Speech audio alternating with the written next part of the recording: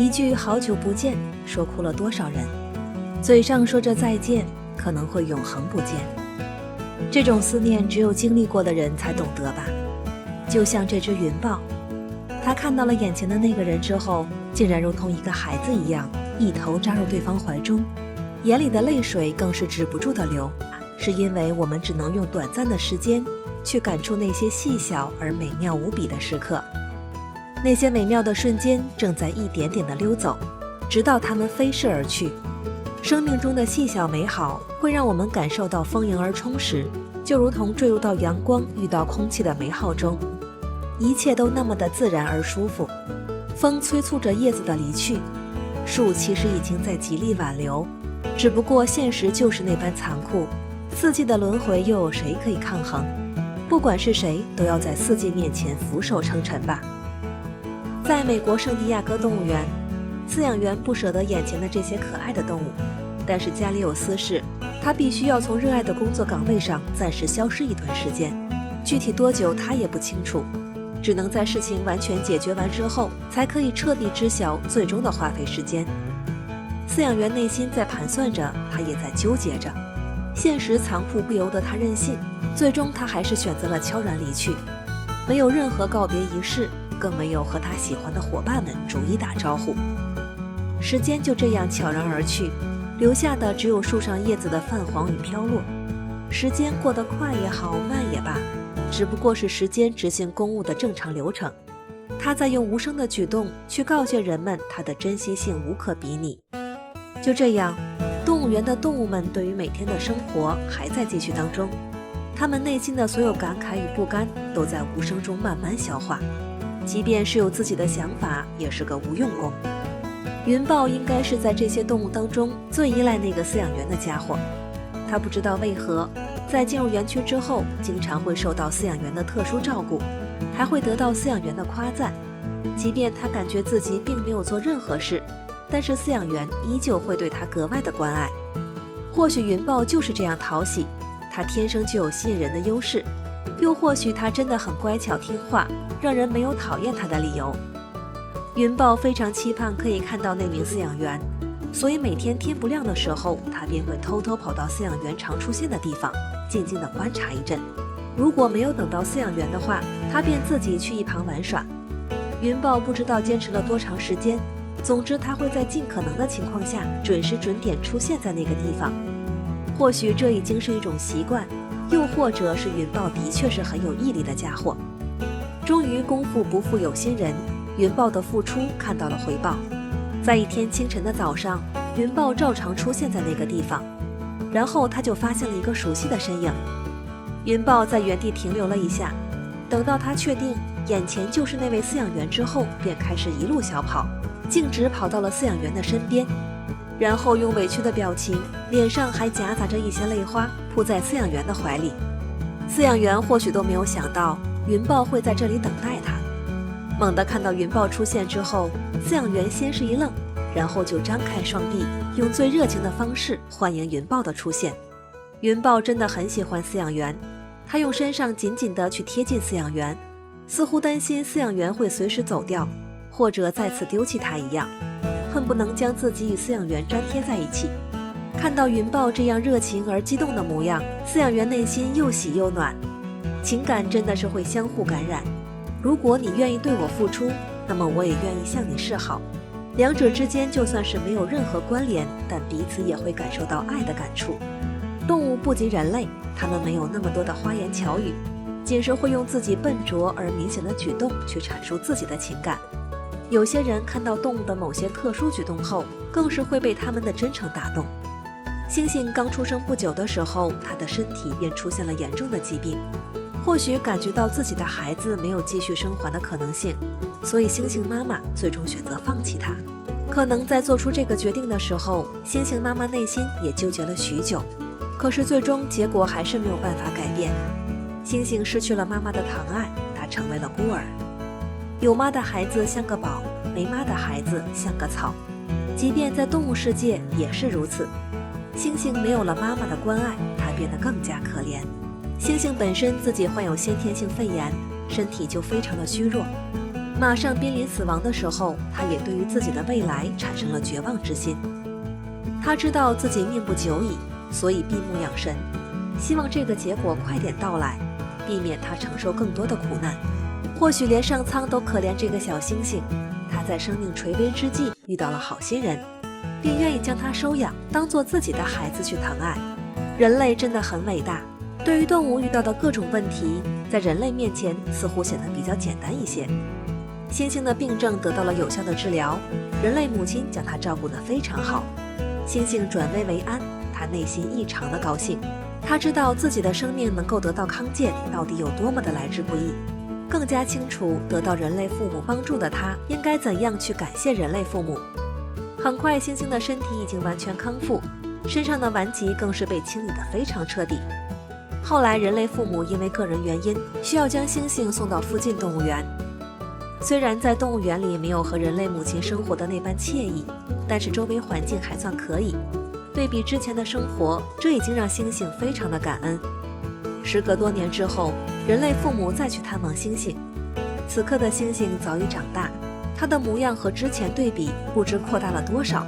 可是收养他的夫妻看到猩猩的时候，还是一眼便把他认出。猩猩多年没有看到恩人，但他的记忆非常的好，甚至超越以往。再次看到他们的时候，猩猩异常兴奋，他一个箭步冲上去，好像想要把内心所有的想法统统告诉眼前的父母。此时的猩猩是调皮的，又是可爱的，他向人类父母撒娇的模样显得格外活泼。此刻他们相聚在一起，更像是一家人的暂时聚会，显得格外的温馨幸福。猩猩将自己的双掌慢慢地搭在父母肩膀上，他似乎想要去通过拥抱来感谢他的人类父母。可是他此时还有一些局促，或许担心人类父母不太喜欢他这种欢迎方式，所以双臂依旧搭在人类父母肩膀上，迟迟没有动弹。直到人类父母主动将双臂伸开之后，猩猩才快速去拥抱他们。猩猩这般可爱而紧张的模样，让夫妻二人也大笑不已。美好的时光既是短暂的，也是值得人珍惜的。猩猩对于这次能够看到他的人类父母，内心异常的开心。此刻的他更像是一个小孩子，忍不住向自己的大人撒娇。离别之际，猩猩不舍得挥动他那双粗壮的手臂，眼睛泪汪汪的模样，惹得人类父母内心更是难受不已。时间虽然在一点点流逝，但是猩猩对于人类父母的爱却没有停止过。人类父母对于猩猩更是满心的不舍与眷恋。不知花豹同居，并且最小的花豹每天要被老人抱着才能入睡。这件事发生在1977年，老王居住在一个小山村里。老王为人忠厚老实，本本分分，全村人都知道老王心地善良，和大家关系很好，大家也很尊重老王。老王独自一人靠着1亩3分地生活，老王无儿无女，妻子也已经去世了很多年。妻子去世几年后，老王在妻子的坟墓边上开垦了一片荒地。老王把荒地开垦好后，在荒地里种下自己精心挑选的种子。随后，他每天清晨都会去妻子的坟墓旁待上一会，辛勤地给种子浇水。这天清晨，老王带着锄头上山，刚进山，老王就看到地上一排车印，看样子是有人把车开进山。这也让老王产生疑惑，因为村里并没有车辆，村民进山都是步行。老王走了一会，看到车辆停在路边上，老王疑惑地带着锄头走进丛林观察，顺着痕迹跟了一会，突然听到一声猛兽的吼叫。老王第一反应是退去，但是老王想了想，这些开车来的人难道是来捕猎动物的？在好奇心的驱使下，老王很快走到事发点，拨开丛林，看到一只大花豹被一群人给抓住。可以看到大花豹身上伤痕累累，身上不停地流着鲜血，看着十分悲惨。不一会儿，花豹体力不支，被人群用网子捕住。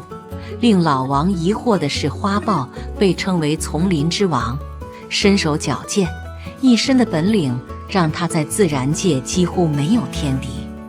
面前的这些人类手持武器，花豹可能不敌，但是逃跑应该是轻而易举的事。这只花豹并没有选择逃跑，即使身受重伤，也与敌人拼尽全力。老王此刻想起自己之前与这只花豹见过一面，花豹这种动物很少会主动攻击人类。当时老王独自一人见到花豹，也没引起摩擦。这群人将花豹围攻重伤，已经引起老王的不满。但是老王碍于对面人多，一时间没敢出手帮助花豹。随后捕猎者的举动让老王直接冲出丛林。原来捕猎者是冲着花豹崽子来的，捕猎者从花豹身后抱出来几只花豹幼崽，这一举动直接引起了花豹的疯狂。但是此时的花豹四肢已经被紧紧地绑住。这下老王明白了花豹为什么不逃走，而是与捕猎者死磕到底。万物皆有灵，为母则刚在猛兽中也是一样。老王看到偷猎者要把豹子幼崽抱走，便急忙冲上去。老王对着偷猎人群喊道：“干什么的？谁允许你们在这猎杀动物的？”偷猎团伙见到年迈的老王并没有惊讶，因为在他们看来，老王就是个手无缚鸡之力的农民。老王见对方不理会他，便快步上前，用手里的锄头将花豹身上的绳子割破。脱开束缚的花豹仿佛充满了力量，花豹冲向偷猎团伙，老王也拿着锄头攻向偷猎人员。此时偷猎人员见花豹依然如此凶猛，面前的老人又不顾生死地攻击他们，本就心虚的他们选择了撤退。老人见偷猎人员退去，也是累得瘫倒在地。但是让他没想到的是，此时花豹见人群逃去，转头冲向他，花豹扑在老王身上。此时老王也是惊了一身冷汗，好在此时花豹体力不支倒在地上。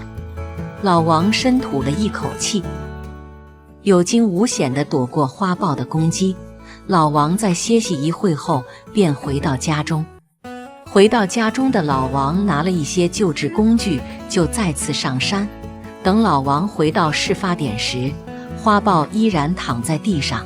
老王给花豹包扎一番后，便准备离开。正当他准备离开时，花豹醒来。此刻老王担心花豹会不会再次恩将仇报向他扑来，但是这次老王想多了。花豹起身缓缓向他走来，在他身边绕了一圈便停下了。老王见花豹没有敌意便离开了。老王到亡妻的坟边给旁边的荒地除草，此时身后的花豹跟了上来。老王总感觉身边跟个花豹做什么都不知所措。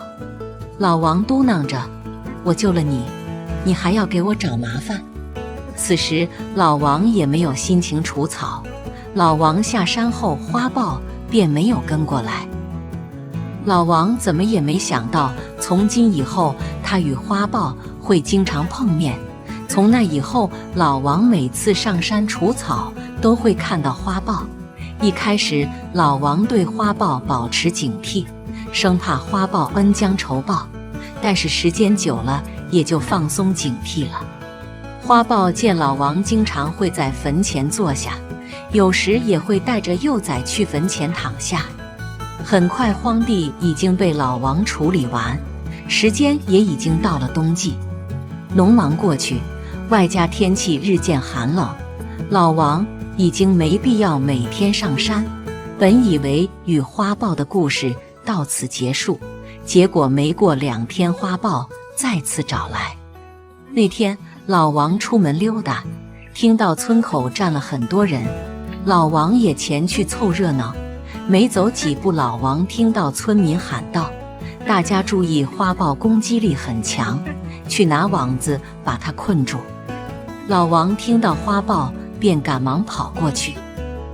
和老王想的一样，村口的豹子就是和他关系很好的花豹。此时，村民将花豹困住，老王赶紧上前解释说：“这只花豹我熟，是来找我的，大家别激动。”听得村民们充满疑惑，但是大家都知道老王的为人。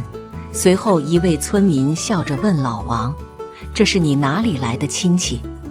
这个询问引起了村民们的大笑。老王笑着回答：“别不信，我真的和他很熟。”听到这，大家也觉得老王没有开玩笑，便没有再为难花豹。随后，老王把和花豹的经历给大家叙述了一遍。大家听完，将花豹放了出来，但是村民们对花豹依旧十分警惕。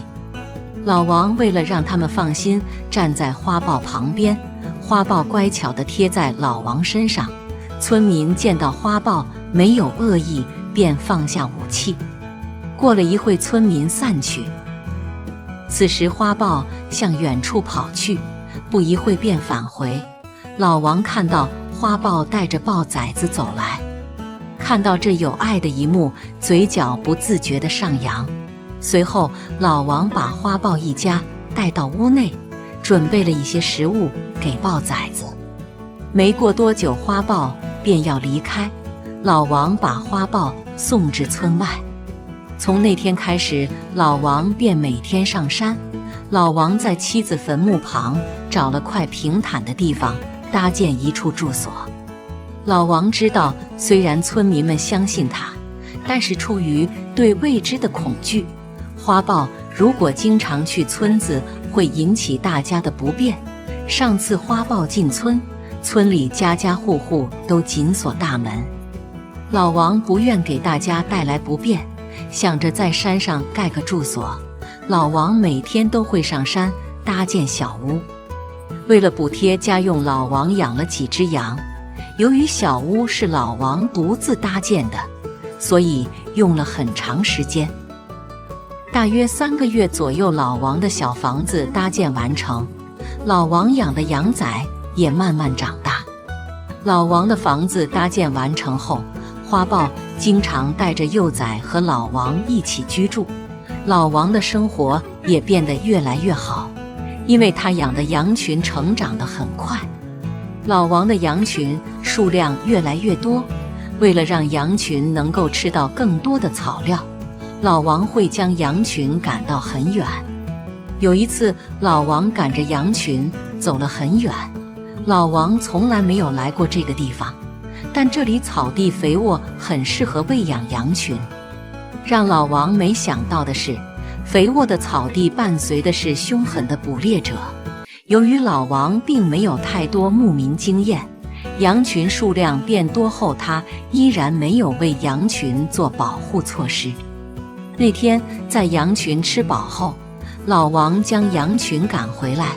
在回去的路上，老王没有注意到羊群被野兽盯上了。老王把羊群赶到羊圈内。羊圈围栏并不高，一般的猛兽都能有办法进去，而且老王并没有养牧羊犬。夜晚降临，老王早早睡去。在伸手不见五指的黑夜，羊群来了不速之客。一只野狼白天就盯上了羊群，狡诈的野狼等到夜幕降临才发起进攻。野狼冲进羊圈厮杀起来。由于没有牧羊犬，老王并没有听到动静，直至第2天早晨，老王才发现羊群死了2只，其中1只被野兽啃食殆尽。老王看着死去的羊，一时不知所措。他知道野狼一定还会来的。老王为了抵御野狼，进山砍一些树干。他想着把围栏提高，狼群就没办法侵扰。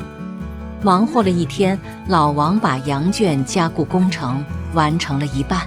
夜晚降临，老王怕野狼再次趁着夜色攻击羊群，便在屋外看着羊群，直至凌晨，老王扛不住睡了过去。此时他没发现危险降临，树林中一群野狼在等候着，其中的狼王非常聪明，看到门口有人，便没有让狼群直接现身。狼王等老王睡着后，慢慢靠近老王。此时老王仿佛是感受到了危险，老王睁开眼后，看到一只野狼在自己面前，惊慌失措的他一下击打中了野狼。野狼受到打击后吼叫起来，吼叫声引来了躲在树林里的狼群。野狼王冲向老王，老王慌忙躲进屋内。狼群在屋外吼叫一会后，把目标转向羊群。老王此刻心急如焚，眼看羊群就要遭殃，一道身影从森林中冲出。狼群的吼叫同样引来了花豹，花豹冲进狼群，将狼王咬死。狼群见状四处逃窜，花豹追进丛林。老王的羊群躲过一劫，从那天开始，花豹便定居在老王的小屋子里。听闻老王去世后，花豹一直守护着他的坟墓，坟墓前老王埋下的种子开着鲜艳的花。今天的故事到这里就结束。